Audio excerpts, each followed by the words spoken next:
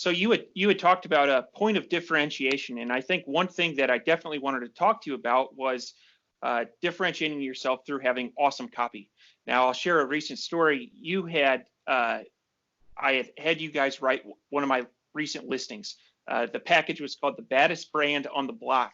And one thing that really stood out to me was the attention to detail. It was keyword rich, but it wasn't. I'd never felt like when I was reading it, there were stuffed keywords in there. It flowed really well. The product I was selling was fun, and the language reflected that. I thought I was a decent copywriter until I got a listing written by you, and I realized that I have a lot of improvements. So can you talk about, in the title, in the bullets, and in the search terms, how can people differentiate themselves and really stand out from the pack?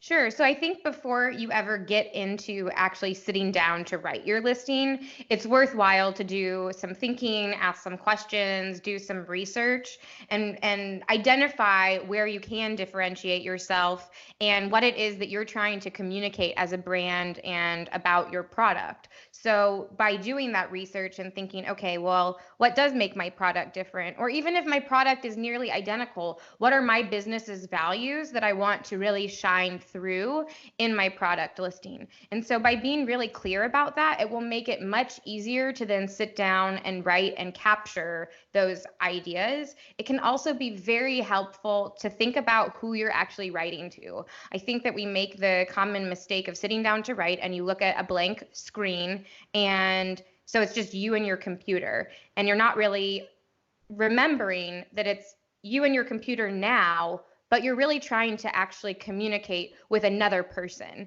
And so by having a clear image of who that person is, you're going to be able to direct whatever it is that you're putting on the page to their concerns, to their interests, to the points that they would want to know, and really putting them at the center. Because ultimately, people are shopping for products to solve problems. So if you aren't making that connection between the problem and the customer that's going to be making that purchase, then you're missing out on an opportunity to capture more of those sales.